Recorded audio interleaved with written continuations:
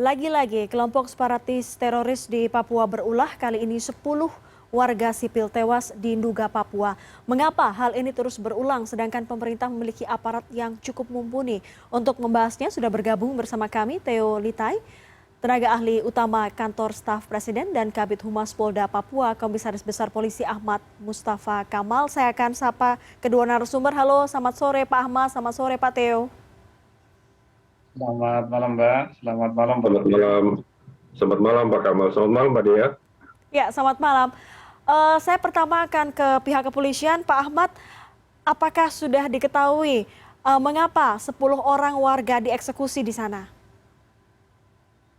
Dapat kami informasikan, kemarin itu sekira pukul 09.15, tiba-tiba kelompok kriminal bersenjata mendatangi salah satu warung, tempat jualan kebutuhan masyarakat di sana, dan mereka terjadi keributan. Terus kemudian tidak lama kemudian orang di sekitar warung warga masyarakat yang tinggal di sekitar warung sempat keluar, ada 2 orang.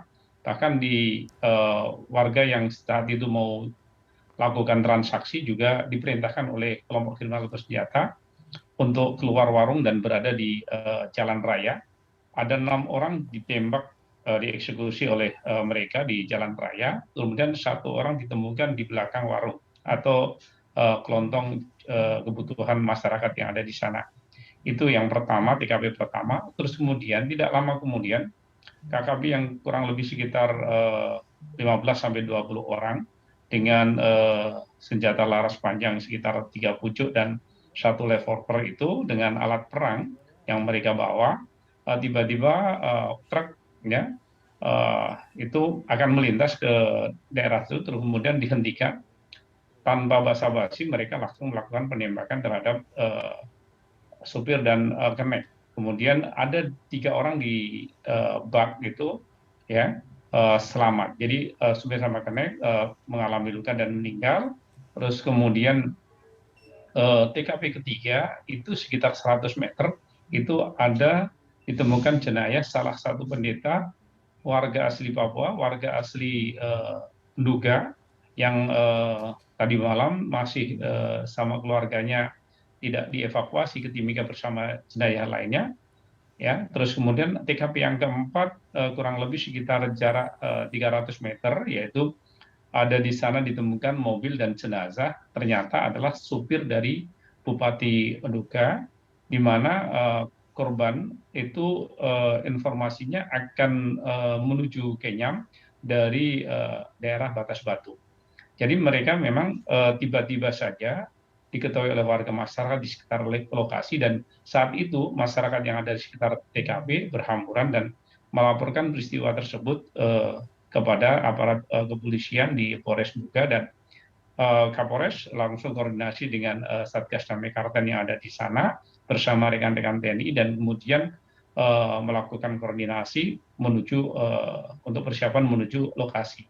Ternyata tadi yang tempat TKP di 4 titik itulah ditemukan jenazah dan para korban lainnya. Dan kemudian sorenya, siang menjelang sore sekitar jam 15.30, semua korban dapat kita evakuasi. 11 korban kita evakuasi ke Timika untuk melakukan perawatan, dan baik yang meninggal maupun yang luka-luka, kecuali almarhum pendeta yang sebagai warga Nduga. Jadi mereka sudah diurus oleh Kapolres Timika, baik ketika evakuasi dari bandara menuju rumah sakit, dan sudah dikoordinasikan dengan pihak rumah sakit. Tadi sekira pukul 11.30, semua 8 korban sudah diterbangkan ke kampung halamannya melalui Makassar, baik yang ada ke NTT, kemudian ke Medan, kemudian ke Makassar itu sendiri, baik yang satu ke Palu, dan 1 korban tadi diserahkan oleh Bupati didampingi oleh Kapolres Timika,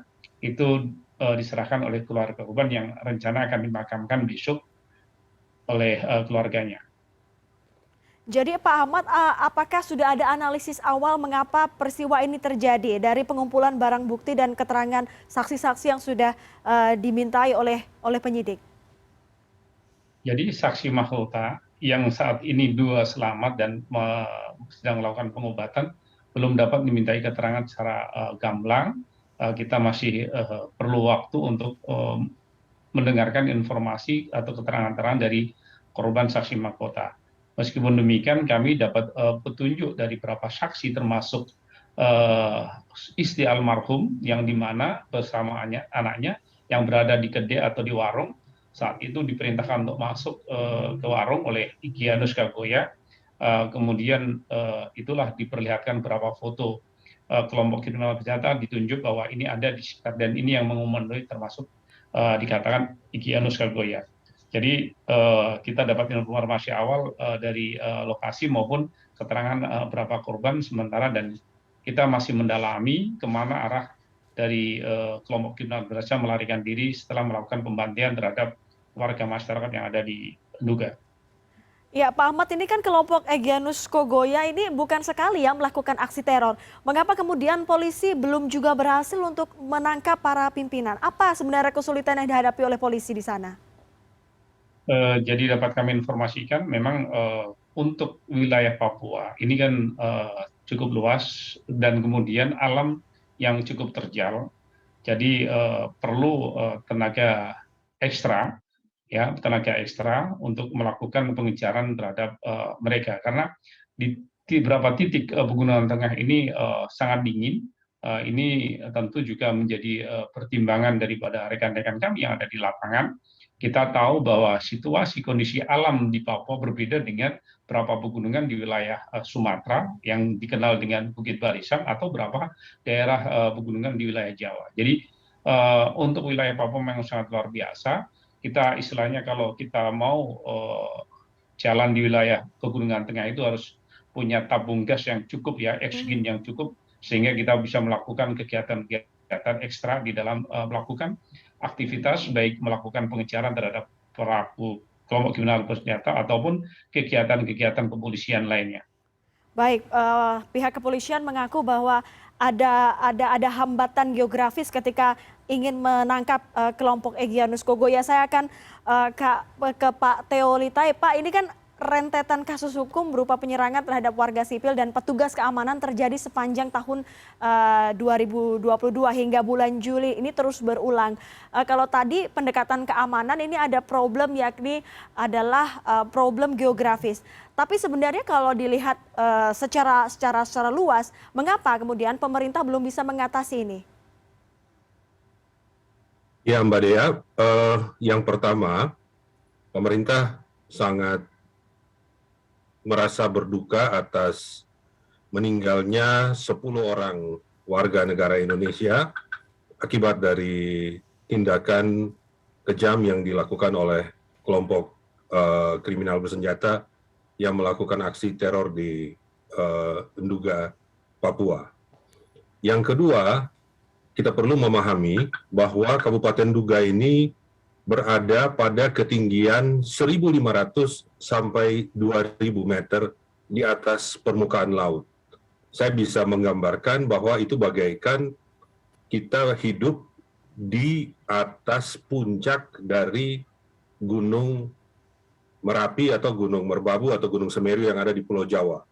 Jadi dengan elevasi yang sedemikian, tentu tingkat kesulitan akan semakin luar biasa, dan kami sebenarnya sangat menghargai kecepatan gerak dari aparat keamanan yang dalam waktu singkat sesudah menerima laporan dari masyarakat, kemudian bergerak, bahkan kemudian menyatakan darurat siaga 1 dan segera mengamankan lokasi dan daerah sekitarnya sehingga dapat mencegah terjadinya satu serangan yang lebih luas lagi. Dan ini merupakan satu hal yang dilakukan secara sangat cepat oleh aparat keamanan kita di Nduga, Papua. Apa yang menjadi tantangan kita lebih lanjut adalah kita tidak boleh membiarkan aksi-aksi semacam ini berkelanjutan, dan juga kita tidak boleh membiarkan mereka menghambat kegiatan pembangunan. Karena itu pemerintah akan terus melakukan kegiatan-kegiatan pembangunan walaupun ada kelompok-kelompok yang ingin untuk mencari kesempatan di tengah-tengah situasi di mana wilayah tertentu mungkin itu tidak ada eh, tenaga keamanannya pada waktu peristiwa terjadi, dan di situ mereka mencari peluang atau mencari kesempatan. Jadi pada dasarnya kita perlu untuk terus melanjutkan rencana-rencana kerja yang telah disusun, terutama yang sekarang sedang dilaksanakan adalah meningkatkan pembinaan teritorial pada masyarakat dan juga melakukan komunikasi sosial kepada warga sekitar. Dan kita bisa melihat bahwa serangan yang dilakukan oleh kelompok bersenjata ini adalah serangan yang sangat kejam, bahkan dilakukan juga terhadap tokoh agama setempat, ya, Pak Pendeta yang dibunuh, kemudian pada saat sebenarnya sedang akan berlangsung kegiatan gereja di situ yang akan dilakukan dengan acara bakar batu. Jadi ini menggambarkan bahwa kekejaman dari kelompok ini memang tidak mengenal batas, dan itu bisa terjadi kepada siapa saja. Oleh karena itu, pemerintah memastikan bahwa terhadap para pelakunya tetap akan dilakukan tindakan penegakan hukum secara tegas, dan rekan-rekan Polri dan TNI yang ada di Nduga akan terus untuk mengejar pelakunya dan melakukan penegakan hukum secara tuntas. Ya, Pak Theo, menarik kalau tadi Anda menyebutkan beberapa kali ya ini adalah kata penegakan hukum. Artinya ini pendekatannya keamanan, tapi memang faktanya bahwa pendekatan keamanan ternyata belum maksimal.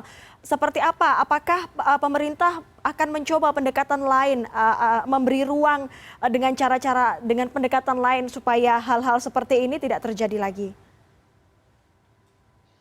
Ada berbagai informasi dan data yang kita tunggu nanti pada waktu melakukan evaluasi terhadap masalah yang terjadi, dan tentunya kawan-kawan dari TNI dan Polri akan nanti memberikan rekomendasi-rekomendasi yang selanjutnya ditindaklanjuti dengan kebijakan di tingkat pusat dan daerah, Mbak Dea.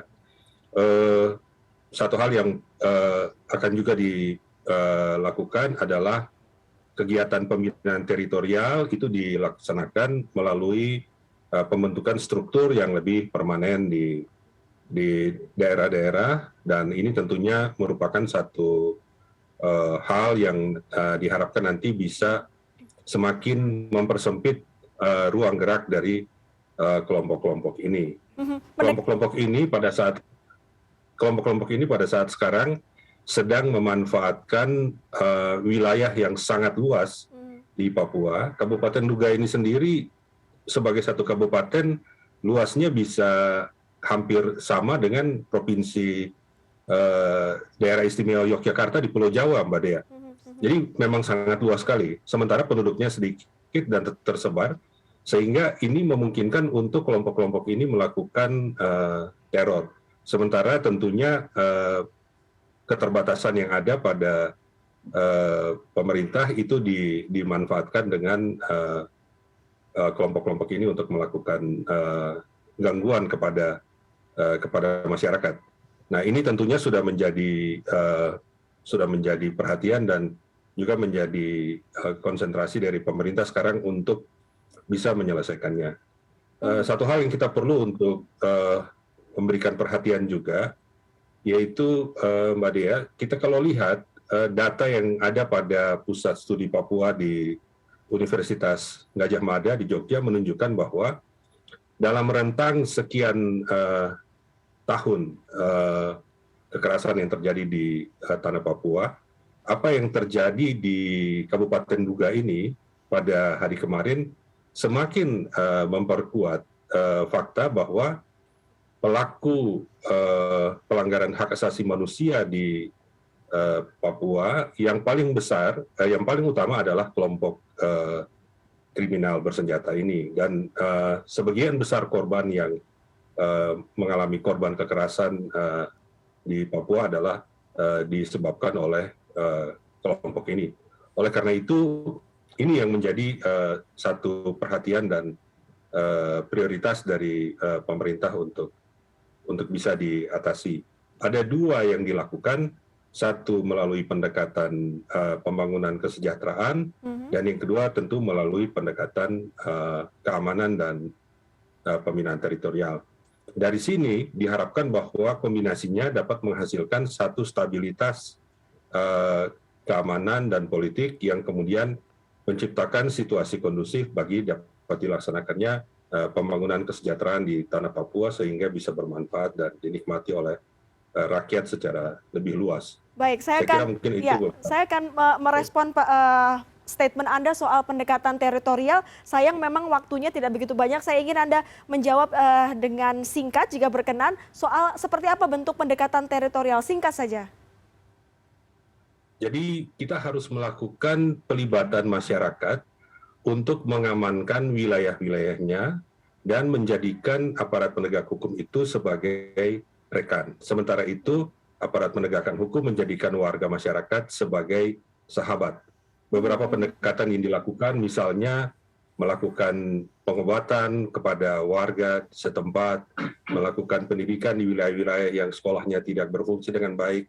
Itu semua ternyata memberikan manfaat yang besar karena masyarakat merasa sangat bermanfaat dan sangat diberikan respons positif, Mbak Dea. Dan saya kira ini kalau kita lakukan secara berkelanjutan akan sangat baik. Baik, pendekatan keamanan dan juga pendekatan teritorial. Saya terakhir akan ke Pak Ahmad. Pak Ahmad, merespon dari kejadian yang baru saja terjadi pada pekan ini, seperti apa langkah yang akan dilakukan polisi? Karena dalam pendekatan yang disebutkan oleh Pak Theo juga melibatkan polisi. Terima kasih Mbak Dea. Jadi Pak Theo, terima kasih. Jadi untuk kepolisian ini sedang melaksanakan operasi Damai Karten. Operasi Damai Karten yang digelar dari Januari sampai sekarang itu adalah dengan sandi Damai Karten.